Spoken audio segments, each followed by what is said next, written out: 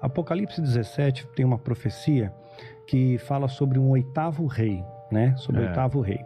Então, todo mundo conjectura quem é o oitavo rei e tal, né? E esse oitavo rei tem uma pista, diz que a mulher, ela está sentada, está deitada sobre 7 montes, né?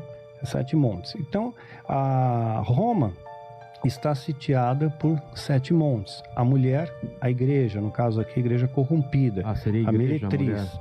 A meretriz, né?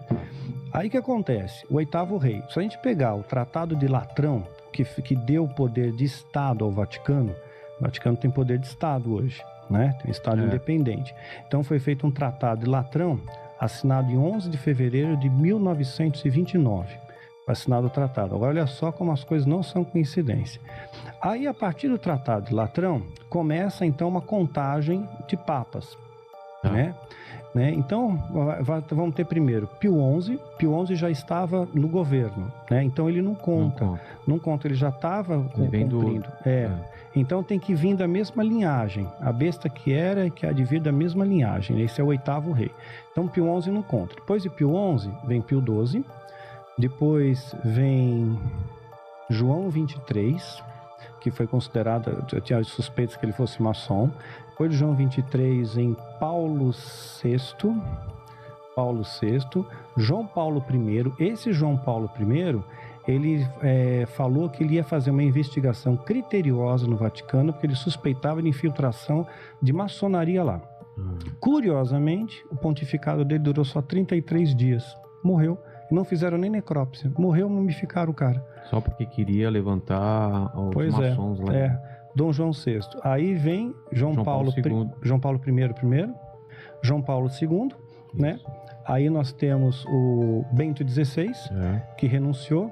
Lembra do dia que ele renunciou? Lembra o dia que ele renunciou? Não. Renunciou no dia 11 de fevereiro. A mesma data que foi assinado o Tratado de Latrão. Sério? 11 de fevereiro de 1929, ele renunciou em 11 de fevereiro de 2013, né? Renunciou. Aí, curioso, não sei se você lembra dos detalhes, caiu um raio na Basílica de São Pedro, né? Foi mídia por todo quanto é lado. Nossa, bem no dia que ele faz a renúncia, cai um raio na Basílica. E a Basílica, ela foi construída, uma boa parte dela, com pedras que vieram do Coliseu, que era um local de morte, né? Os cristãos eram lançados lá. E o Coliseu, por sua vez, ele foi financiado através do saque do tesouro do templo. Né? Quando os romanos sitiaram Jerusalém, no ano 70, saquearam os tesouros, financiou a construção do Coliseu. Né? E pedras do Coliseu foi para a Basílica. Aí caiu o raio na Basílica, né? Bem na data que foi assinado. Então, aí saiu, né? A Bento XVI sai, e entra em cena o Francisco, que é o 7º. Mas essa saída do Papa foi muito estranho, né? Foi estranho.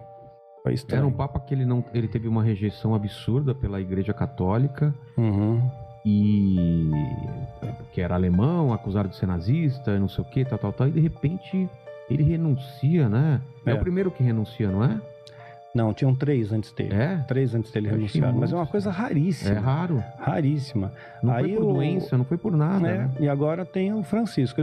Que é o 8º. Que é o 7º. É o 7º? Porque não contou o Pio XI. Tá, então... Né? Ele é o 7º. Então tá pra vir o 8º. Tá pra vir o 8º. Quando ele morrer, vem o 8º. Tá. Curiosamente, o 8º vai ser o Papa de número 257, se não me falha a memória. Tudo isso? 257 papas, número 257. A soma dos dígitos, formando uma única casa decimal, vai ficar 6. Ele é 1 dos 6, 666, uma trindade satânica. A besta, o falso profeta, o anticristo. Então, ele vai ser o falso profeta que vai dar apoio ao anticristo. Não esse que está agora, o próximo, o que vai vir.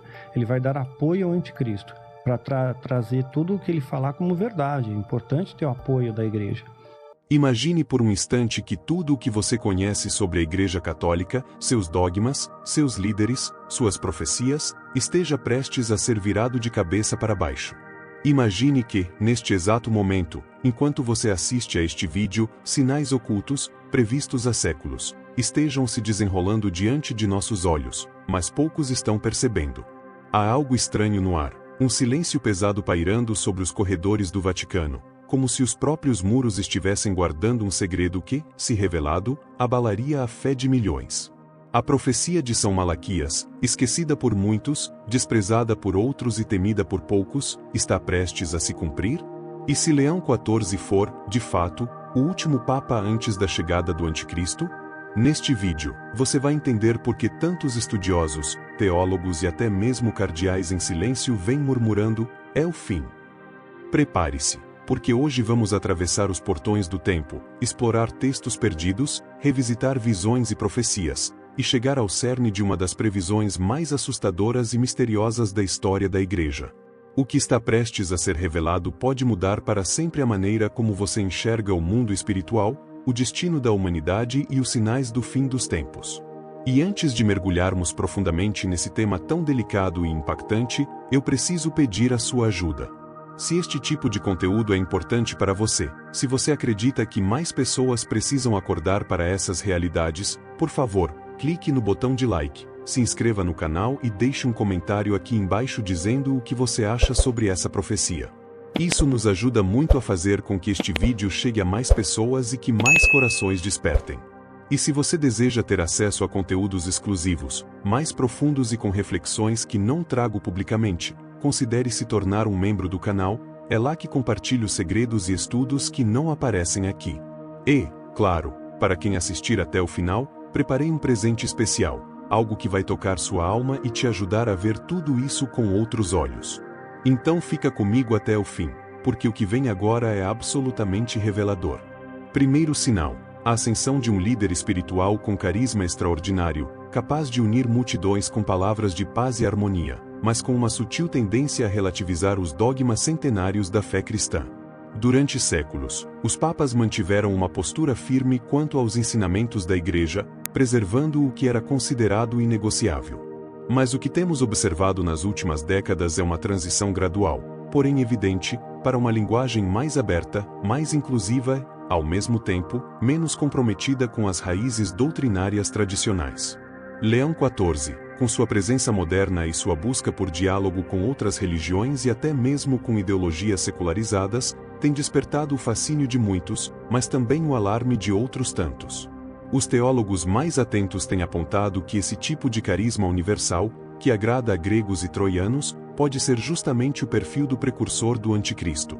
Afinal, se o adversário final quiser enganar até os escolhidos, como previsto nas Escrituras, ele terá que vir disfarçado de luz, carregando o discurso da tolerância, da empatia, do amor incondicional, mas esvaziando o conteúdo da verdade eterna. O perigo não está no que é dito, mas no que é sutilmente deixado de lado. Quando a misericórdia se torna um escudo para camuflar a negação do pecado, quando a compaixão passa a ser usada como argumento para justificar qualquer comportamento, estamos, sem perceber, caminhando para o abraço de um engano monumental. O primeiro sinal está diante de nós, um Papa que, ao tentar agradar a todos, pode estar preparando o terreno para aquele que enganará o mundo inteiro. E o mais curioso, ou assustador, é que tudo isso não se dá por uma ruptura visível ou por escândalos públicos, mas por uma erosão lenta e quase imperceptível dos pilares da fé. Os dogmas centrais que por 2 milênios sustentaram a identidade cristã são, agora, frequentemente questionados em nome da modernidade, da adaptabilidade e de uma pretensa atualização necessária da Igreja frente ao século XXI. Mas será mesmo necessário remodelar a essência da fé para alcançar corações? Ou será que esse processo esconde algo mais profundo, mais escuro, mais apocalíptico? Pois quando um líder deixa de apontar para o arrependimento e começa a focar apenas em aceitação, ele está moldando um tipo de espiritualidade que não transforma, apenas conforta. E conforto, por mais desejado que seja, não salva. Jesus não veio para confortar pecadores em seu pecado, mas para libertá-los através da verdade. Uma verdade que confronta, que dói, mas que cura. Se essa verdade começa a ser relativizada, já não se trata mais da mesma fé. Nos tempos atuais, muitos fiéis não percebem que estão sendo preparados emocional e espiritualmente para uma nova ordem moral, onde o bem e o mal se tornam conceitos flutuantes, sujeitos ao gosto das massas. Esse líder carismático, ao suavizar a mensagem, conquista a simpatia de diversos grupos que antes se opunham veementemente à doutrina cristã. Movimentos que durante séculos combateram a Igreja agora aplaudem o Papa, o convidam para eventos, o tratam como um aliado. Mas o que mudou? A Igreja ou esses movimentos? A resposta é dolorosa. Foi a Igreja que cedeu, suavizou sua voz profética para se tornar parte do coro progressista. E essa perda de identidade não é casual, é uma estratégia. Ao tornar-se palatável para todos, ela se torna vulnerável à infiltração de ideologias que negam a cruz, negam a necessidade de arrependimento, negam a soberania de Deus sobre todas as coisas. É preciso entender que o carisma, por mais fascinante que seja, pode ser a mais perigosa das armadilhas espirituais. O anticristo, como revelam as Escrituras, não virá com aparência de monstro, mas como um homem admirável, encantador, possivelmente envolvido com o mundo religioso e muito provavelmente apresentado ao mundo como uma figura de paz. E o primeiro passo para sua ascensão será sempre o silêncio das vozes que deveriam alertar. Quando um líder espiritual deixa de anunciar o pecado por medo de desagradar, quando evita falar sobre inferno, salvação, juízo e santidade, para não ofender ninguém, ele não está protegendo a Igreja, está abrindo suas portas para o engano. Leão 14, com sua figura magnética, seu domínio sobre a linguagem contemporânea e sua capacidade de se conectar com jovens, políticos e líderes de diferentes crenças, representa esse tipo de figura. Sua presença é celebrada pela mídia secular, por governos e por organizações que jamais demonstraram qualquer inclinação espiritual autêntica. Isso por si só já deveria levantar uma suspeita. Como pode um representante de Cristo ser ovacionado por sistemas que rejeitam a moral cristã? A resposta pode estar no fato de que o Cristo anunciado já não é o mesmo. É uma versão domesticada, inofensiva, adaptada ao gosto do mundo. Um Cristo sem cruz, sem sangue, sem exigências. Um Cristo que apenas acolhe, mas nunca corrige. Um Cristo popular, mas impotente. E quem apresenta esse Cristo ao mundo pode estar, consciente ou inconscientemente, preparando o caminho para outro que virá, um Cristo falso, que será adorado por nações inteiras. Segundo sinal, a misteriosa e abrupta morte de um Papa que durou apenas 33 dias no trono de Pedro. Poucos eventos foram tão estranhamente envoltos em silêncio, contradição e suspeita quanto o falecimento de João Paulo I, um pontífice que surgiu com uma humildade desconcertante, com intenções claras de reformar a Cúria Romana, segundo documentos e investigações independentes. Determinado a cortar laços profundos e sombrios com elementos da maçonaria infiltrados nas estruturas mais altas da Igreja. Este sinal não é uma simples curiosidade histórica. Ele é uma chave para entender os bastidores de um poder espiritual ameaçado por forças que operam sob o disfarce da fé. João Paulo I sabia dos segredos. Ele conhecia nomes. Ele havia identificado conexões perigosas entre a Santa Sé e organizações secretas que há séculos conspiram silenciosamente, infiltrando-se em tudo aquilo que deveria ser sagrado. E justamente por isso, muitos acreditam que ele foi removido. Não pela vontade de Deus, mas por mãos humanas. Sua morte súbita, sem autópsia, sem investigações formais, sem respostas concretas, criou um vácuo que jamais foi preenchido. E o que veio depois? Um Papa de linha dura, com um olhar mais político que espiritual, seguido anos depois por líderes cada vez mais diplomáticos, mais abertos a acordos interreligiosos e menos dispostos a denunciar o mal pelo nome. O segundo sinal está na tentativa fracassada de eliminar o inimigo interno. Um Papa bom, justo, disposto a reformar a Igreja, que morreu misteriosamente em apenas 33 dias de pontificado. 33. O mesmo número de anos que Cristo viveu. Um número simbólico, poderoso, que parece clamar por respostas. Como se o próprio céu estivesse nos dando um alerta. Quando alguém tenta limpar o templo, forças ocultas se levantam para impedir. E quem não vê isso, está espiritualmente cego.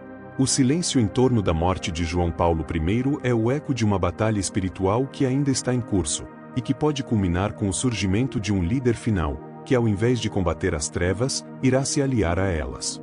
E a maneira como tudo se desenrolou é, no mínimo, perturbadora. João Paulo I foi encontrado morto em sua cama, deitado de forma pacífica, com livros e papéis ao lado, como se tivesse adormecido em meio às suas tarefas. Mas o que chama a atenção é que, apesar da morte súbita de um líder mundial, nenhum protocolo médico adequado foi seguido. Nenhuma autópsia, nenhuma investigação aprofundada, nenhum laudo oficial definitivo que pudesse esclarecer a causa do falecimento. O Vaticano afirmou que ele morreu de um ataque cardíaco. Porém, diversas fontes próximas alegaram que ele nunca apresentará problemas cardíacos antes. Ele estava bem, alegre, animado com os projetos que começaria no dia seguinte. De fato, naquela noite, havia redigido uma série de documentos apontando as mudanças que faria na estrutura interna da igreja, mudanças que afetariam diretamente figuras poderosas, nomes intocáveis, homens com décadas de influência dentro dos muros sagrados. E então, de repente, ele se vai. Assim, sem alarde, sem escândalo, sem explicações. Como um sopro apagado por mãos invisíveis. O simbolismo de sua morte carrega ecos que ressoam ainda hoje. 33 dias. 33. Não é apenas uma coincidência. É como se um ciclo tivesse sido iniciado e interrompido bruscamente. O mesmo número de anos que Jesus Cristo caminhou sobre a terra, levando luz onde havia escuridão, curando, confrontando os fariseus, desafiando os hipócritas. Cristo, com sua presença, perturbava os poderosos. João Paulo I, em seu breve reinado, fez o mesmo. E pagou o preço. Não com perseguições públicas, não com calúnias ou campanhas de difamação, mas com a própria vida. Quando um papa morre repentinamente, sem testemunhas, sem suspeitos, sem explicações claras, e toda a estrutura da igreja se cala, algo está errado. Algo está escondido. E não é exagero pensar que há forças muito mais antigas e organizadas do que imaginamos operando nos bastidores. Forças que não aceitam perder poder. Forças que vestem batinas, mas servem a outro senhor. Essa suspeita não é recente. Ela tem sido alimentada por décadas por padres, estudiosos, jornalistas e até ex-integrantes do próprio clero. Há testemunhos, há registros, há livros inteiros dedicados a investigar o que realmente aconteceu nos bastidores do Vaticano naquele setembro de 1978. E a linha comum entre todos esses relatos é sempre a mesma: João Paulo I era uma ameaça. Não por ser um revolucionário, mas por desejar restaurar. Por querer devolver à igreja sua pureza, sua essência, sua integridade.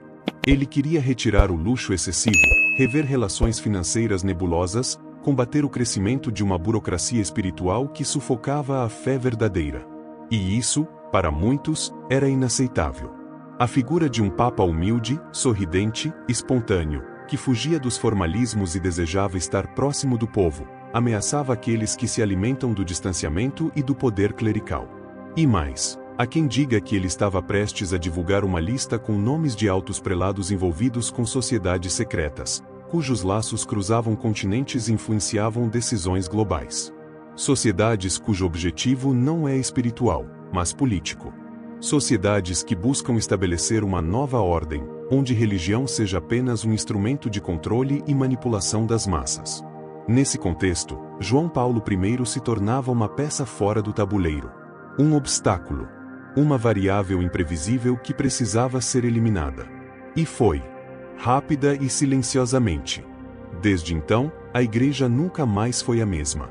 Vieram papas mais resistentes, outros mais diplomáticos, outros ainda mais modernizadores. Mas nenhum com a coragem inocente e genuína de enfrentar diretamente o mal infiltrado dentro das estruturas sagradas. Talvez porque todos soubessem que, ao fazê-lo, o preço seria a vida. Talvez porque a lição do passado tenha sido clara demais.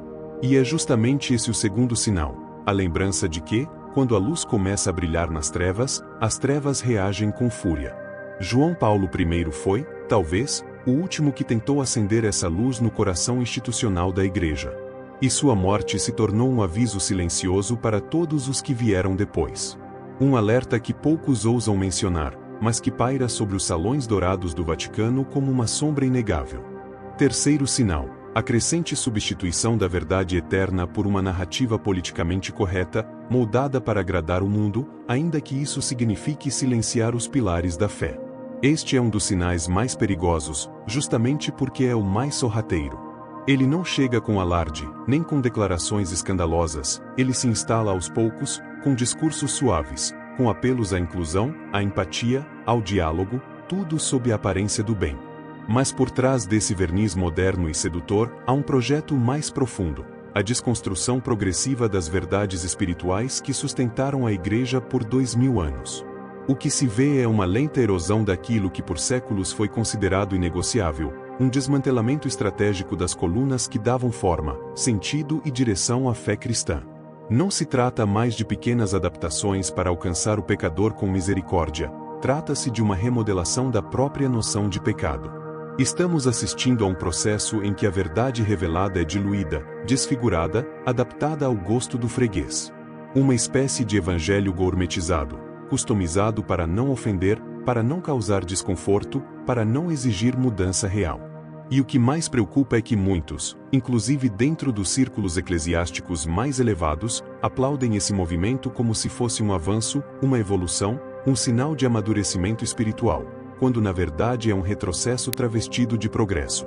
A profecia de São Paulo já nos advertia sobre tempos assim, dizendo que viriam dias em que os homens não suportariam a sã doutrina, mas, movidos por seus próprios desejos, buscariam mestres que falassem o que seus ouvidos querem ouvir. E aqui está o ponto central. Já não se busca a verdade que confronta, mas a palavra que consola. Já não se deseja um Deus que governe, mas um Deus que agrade. Já não se procura salvação, mas aceitação. Esse cenário é, em si, uma negação prática do cristianismo autêntico, pois o Evangelho nunca prometeu conforto aos que seguem a Cristo, ele prometeu cruz. E quando o púlpito se transforma em palco e o altar vira plataforma ideológica, o que resta é um cristianismo inócuo, domesticado, moldado à imagem do mundo e incapaz de transformar vidas.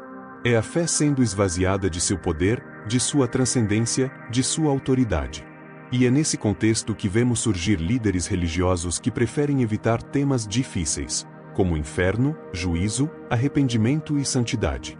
Falar de pecado se tornou impopular, e como consequência, prega-se um evangelho mutilado, que oferece o céu sem exigir renúncia, que promete bênçãos sem conversão, que distribui promessas sem fundamentar exigências. É como oferecer um remédio sem diagnóstico. É como abrir as portas do hospital e dizer ao paciente que está tudo bem, que ele só precisa descansar, quando na verdade está com uma enfermidade mortal. O silêncio sobre as verdades essenciais da fé não é apenas uma omissão, é uma traição.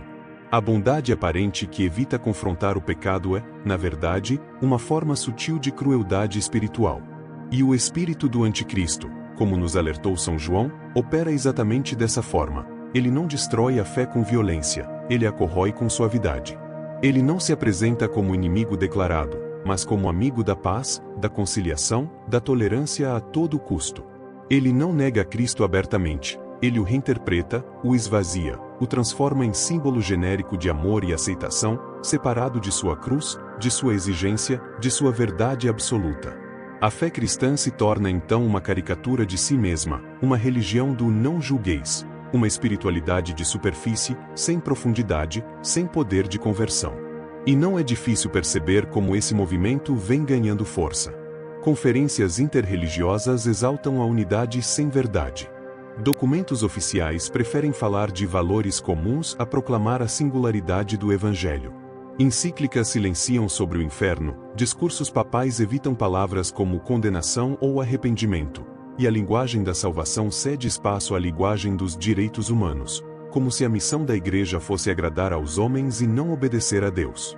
Há uma inversão tão profunda de propósitos que, em muitos casos, os que ainda insistem em proclamar a verdade são taxados de radicais, intolerantes ou retrógrados. E assim, dia após dia, a ortodoxia vai sendo tratada como fanatismo, e o relativismo é aplaudido como sabedoria. Dentro desse novo paradigma, não são poucos os que tentam reinterpretar os dogmas da fé sob a ótica das ciências sociais, da psicologia moderna ou das ideologias do momento. A Bíblia passa a ser lida com filtros culturais que desfiguram sua mensagem. A teologia se torna refém da opinião pública. A liturgia é adaptada para entreter, e os sacramentos são administrados como se fossem apenas ritos simbólicos e não canais de graça. E por trás disso tudo, está a mentalidade de que a Igreja precisa se atualizar, se modernizar, se abrir ao mundo. Mas a função da Igreja nunca foi se moldar ao mundo, foi ser sal da terra e luz do mundo. Foi ser contraste, não reflexo. Quando ela perde sua diferença, ela perde também sua relevância. E é por isso que este sinal é tão perigoso. Ele não assusta, ele seduz. Ele não ameaça diretamente, ele persuade. E enquanto a maioria celebra essa nova espiritualidade inclusiva, o trono de Pedro começa a ceder. Não por causa de ataques externos, mas pela infiltração de ideias corrosivas no seu próprio seio. A autoridade apostólica, que deveria ser baluarte da verdade, começa a vacilar diante das pressões do mundo. A tradição, que deveria ser guardiã da fé, é relativizada em nome de um ecumenismo mal compreendido. E assim se cumpre a advertência de que a apostasia não viria com escândalos barulhentos, mas com concessões silenciosas. Leão XIV, ou qualquer outro papa que caminhe nessa direção, não será apenas um líder fraco, será um vetor do colapso espiritual. Ele não será apenas omisso, será protagonista da deformação da fé. E o que é ainda mais trágico, muitos o aplaudirão, acreditarão que está sendo prudente, compassivo, moderno, quando na verdade está abrindo caminho para a diluição total do cristianismo. Quarto sinal: a aproximação crescente do Vaticano com estruturas globais de poder que não têm qualquer compromisso com a espiritualidade verdadeira, mas que operam com interesses geopolíticos, econômicos e ideológicos. Este talvez seja o sinal mais alarmante para quem observa atentamente os bastidores dos últimos pontificados. Nunca antes se viu uma abertura tão intensa do papado com entidades como a ONU, o Fórum Econômico Mundial e outras instituições cujos objetivos, embora disfarçados de benevolência, revelam um desejo claro de controle, uniformização e manipulação da humanidade sob um único sistema. Os papas do passado resistiam a esse tipo de aliança, mantendo certa distância, certa neutralidade sagrada que protegia a Igreja de ser apenas mais uma engrenagem no grande maquinário globalista. Mas agora, o que vemos é diferente. O Vaticano já não apenas dialoga com essas forças, ele se senta à mesa com elas. Propõe pactos, endossa agendas ambientais e educacionais que, na superfície, parecem nobres, mas que em sua essência promovem uma nova ordem mundial onde Deus é apenas uma ideia vaga, um símbolo genérico de união interreligiosa. E não há problema algum no diálogo entre os povos, desde que ele não venha ao custo da verdade. Mas é exatamente esse o preço que está sendo pago. Em nome da paz, omite-se a salvação. Em nome da fraternidade, apaga-se o nome de Jesus. Em nome do progresso, dilui-se a fé até que ela se torne apenas um acessório decorativo de um mundo cada vez mais distante de Deus. E o que é mais preocupante, essa união entre o Vaticano e o sistema global tem sido acompanhada por discursos que favorecem abertamente a ideia de um governo único, uma religião unificada, uma liderança moral centralizada. Conceitos esses que, à luz das profecias bíblicas, apontam diretamente para a vinda de uma figura que será adorada pelas nações, não por ser santo, mas por parecer solução. O Anticristo, segundo os antigos escritos, surgirá como um líder de paz, com aparência de cordeiro, mas voz de dragão. E o seu maior aliado será aquele que o apresentará ao mundo como enviado de Deus. Esse será o falso profeta.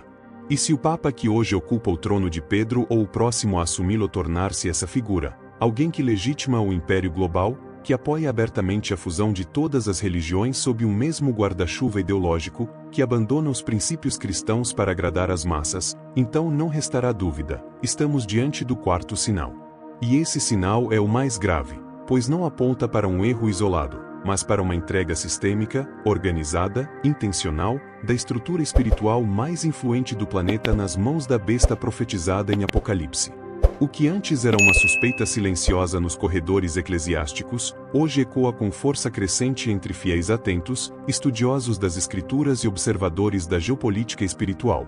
O Vaticano já não é apenas um ator religioso, mas um protagonista ativo nas decisões que moldam o futuro do mundo. A Santa Sé se transformou em um epicentro diplomático onde a fé, ao invés de iluminar as trevas do mundo, é usada como linguagem para justificar pactos e alianças que vão na contramão do Evangelho. Os eventos interreligiosos, os pactos globais por uma educação universal, as cúpulas ambientais com linguagem profundamente ideológica e até mesmo os pronunciamentos papais que evitam mencionar Jesus Cristo em nome de uma pretensa inclusão revelam uma mudança sutil, porém devastadora, na essência da missão cristã. E essa transição não é acidental.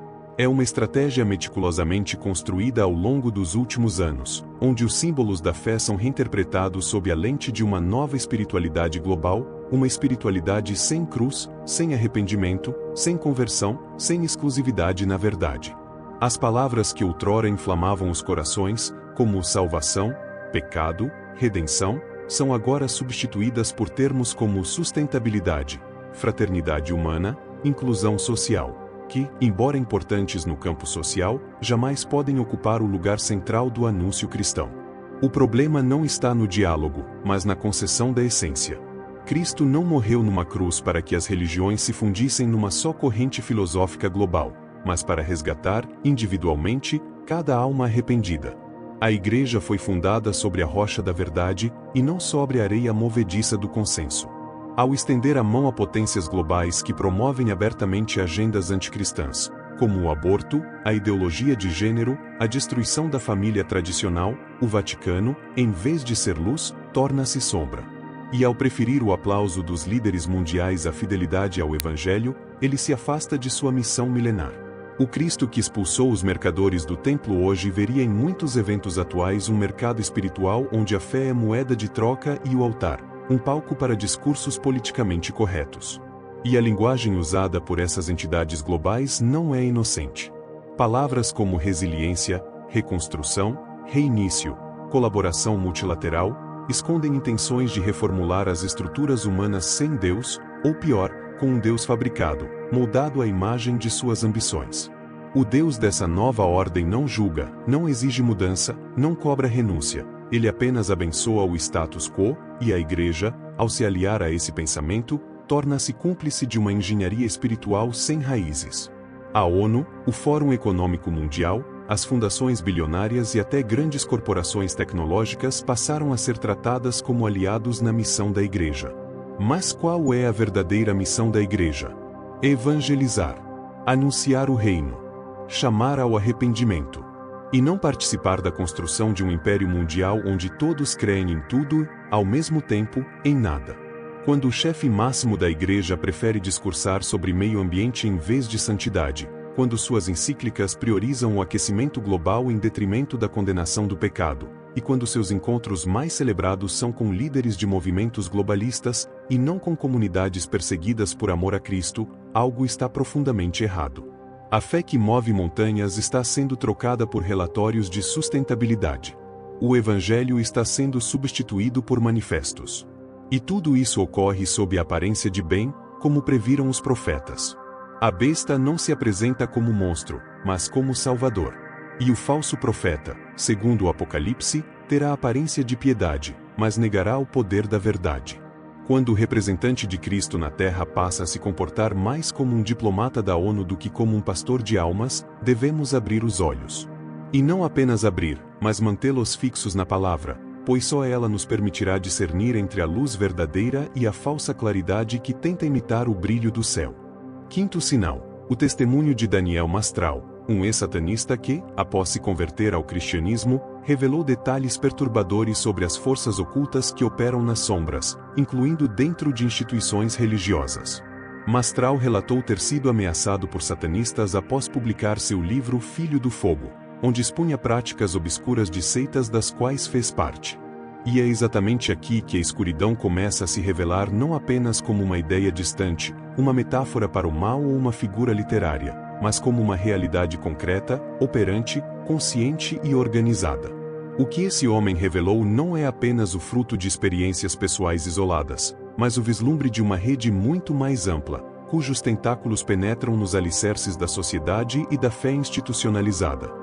Quando alguém tem a coragem de sair de um sistema ocultista tão profundo e se posicionar publicamente, enfrentando o risco de ser ridicularizado, desacreditado, perseguido ou mesmo eliminado, devemos parar e escutar com atenção. Porque ninguém coloca a própria vida em jogo para contar mentiras que não tragam algum benefício, especialmente quando essas mentiras não lhe rendem poder, fama ou dinheiro, mas isolamento, hostilidade e perigo. Em entrevistas e conferências, Daniel Mastral sempre foi claro, ele não buscava reconhecimento, tampouco queria virar celebridade. Seu propósito era alertar, abrir os olhos, despertar aqueles que ainda acreditam que o mal se limita a crimes comuns, a corrupções de políticos ou a pecados cotidianos. O que ele expôs é muito mais profundo. Ele revelou uma estrutura hierárquica oculta, composta por graus de iniciação, pactos de sangue, rituais de invocação, e o mais assustador, a infiltração deliberada em igrejas e instituições religiosas para minar sua essência e destruir sua credibilidade de dentro para fora. Segundo Mastral, muitos que hoje ocupam púlpitos ou cargos de liderança espiritual têm duplo vínculo. Apresentam-se como servos de Deus à luz do dia, mas cultuam entidades malignas nas sombras da madrugada. E o que parecia uma teoria conspiratória ou uma fantasia medieval, torna-se ainda mais perturbador quando encontramos indícios disso na realidade. Escândalos abafados, líderes envolvidos com práticas ocultas, símbolos estranhos nos templos e discursos cada vez mais distantes da verdade bíblica. Em uma ocasião, Daniel afirmou que sua morte já havia sido marcada com data e hora. Ele sabia que seu tempo estava contado desde o momento em que decidiu romper com as trevas. E mesmo assim continuou. Continuou por saber que o silêncio é o maior aliado do mal. Continuou por amor a Deus e às vidas que poderiam ser libertas através de seu testemunho. Recebia ligações constantes, mensagens ameaçadoras, vultos rondando sua casa e até relatos de atentados espirituais contra sua família. Sua esposa também passou por situações sobrenaturais intensas, muitas vezes relatando noites de opressão, sons inexplicáveis e sensações de presença maligna. E mesmo com tudo isso, Daniel seguia firme. Seu livro não era apenas uma biografia. Era um grito, um alerta, um documento espiritual com potencial de resgatar almas e desmascarar uma engrenagem de poder que atua não apenas nas sombras do submundo, mas também nos corredores polidos da religião institucionalizada. E o mais comovente é a carta que Mastral escreveu a seu filho mais novo, Liam. Uma carta que, à primeira vista, poderia parecer apenas uma manifestação de amor paterno, mas que, ao ser lida com atenção, revela um tom profético, quase como um testamento espiritual. Ele fala sobre momentos em que se sentiu inútil, descartado, traído por aqueles que deveriam tê-lo protegido. Aponta para um padrão recorrente na vida de todos os que ousam denunciar o mal. Primeiro são exaltados, depois calados, então isolados, por fim, esquecidos.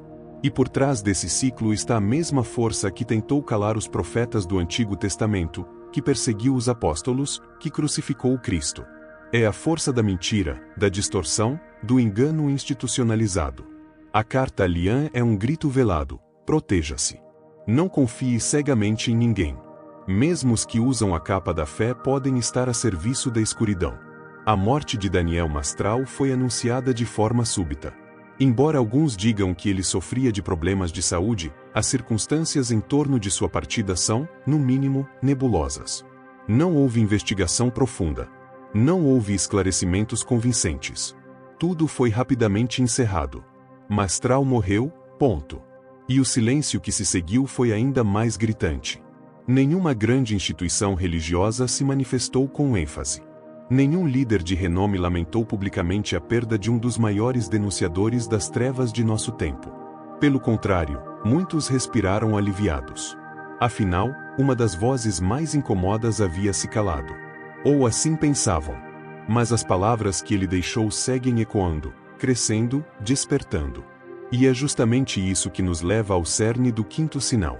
Este é o quinto sinal. Quando aqueles que denunciam as trevas são silenciados, e suas advertências são ignoradas, estamos diante de um cenário onde o engano se fortalece, preparando o caminho para eventos profetizados há séculos. Porque o silêncio imposto a quem expõe o oculto é o maior triunfo das forças das trevas. Elas não precisam mais se esconder. Estão nas capas dos livros, nos discursos progressistas, nos altares onde não se prega mais arrependimento, mas autoajuda. Estão nas músicas que falam de Deus sem mencionar o pecado. Estão nos programas religiosos que priorizam o sucesso financeiro em vez da santidade. Estão nas escolas onde Jesus virou apenas um personagem histórico, e nas famílias onde orar virou vergonha. E quando alguém, como Mastral, rompe esse véu de normalidade e grita, eles estão aqui. O mundo prefere tapar os ouvidos, chamar de loucura, de extremismo, de fanatismo. Porque é mais fácil rir de um alerta do que encarar a própria cegueira. Daniel Mastral foi um sentinela. Um desses raros homens que ousam subir na torre mais alta para alertar que o inimigo já passou os portões. E por isso foi atacado. Porque sua voz tinha poder. Não porque ele era perfeito ou infalível, mas porque sua denúncia expunha a estrutura invisível do mal, que já não precisa mais se esconder. Está nos templos. Está nas universidades. Está nos meios de comunicação. Está nos palácios. Está na linguagem, nas modas, nas tendências, nas ideologias disfarçadas de virtude. E quando essa presença é denunciada, o sistema reage com violência. Tenta apagar a memória, enterrar o legado e zombar da mensagem. Mas a verdade tem um ciclo diferente. Ela não morre. Ela germina. Cada palavra de Mastral plantada em um coração atento é como uma semente de resistência contra a apostasia dos tempos modernos. Se você chegou até aqui, é porque algo dentro de você se recusou a aceitar a versão superficial da realidade. Porque sua alma reconhece que estamos vivendo dias sombrios, em que as trevas já não se escondem mais nas esquinas, mas caminham de mãos dadas com o cotidiano, sorrindo atrás de máscaras religiosas, políticas, culturais e espirituais. Você viu cada um dos 5 sinais com clareza, sentiu o peso de cada revelação, principalmente, percebeu que esse alerta não foi feito para assustar, mas para despertar. Porque quem enxerga tem a responsabilidade de vigiar. Quem ouve, não pode mais fingir que nada foi dito. E quem compreende que os sinais se cumprem diante dos nossos olhos, não pode mais seguir vivendo como se nada estivesse acontecendo. Agora eu te peço, se esse vídeo tocou seu coração de alguma forma, se ele te fez refletir, questionar, sentir um frio na espinha ou uma chama no peito, deixe o seu like, porque isso mostra ao YouTube que este conteúdo precisa chegar a mais pessoas. Se inscreva no canal, porque o que está por vir é ainda mais profundo, mais revelador, mais urgente. E deixe um comentário aqui embaixo dizendo qual desses 5 sinais mais te impactou, porque a sua percepção pode abrir os olhos de outra pessoa que esteja lendo. Este espaço é mais do que um campo de comentários, é uma comunidade de vigilantes espirituais. E se você sente que essa mensagem precisa ser espalhada, torne-se um membro do canal. Os membros têm acesso antecipado a conteúdos especiais, lives exclusivas, roteiros completos e códigos ocultos que não posso revelar publicamente. Só quem entende a profundidade disso tudo sabe o valor que há em se unir a uma missão que vai além do entretenimento. É uma batalha por almas, por discernimento, por despertar espiritual. E por fim, como prometido, mas somente para você que chegou até aqui, que ficou comigo até o último segundo deste vídeo, existe um presente especial esperando por você. Um presente que vai aprofundar ainda mais o que falamos aqui hoje.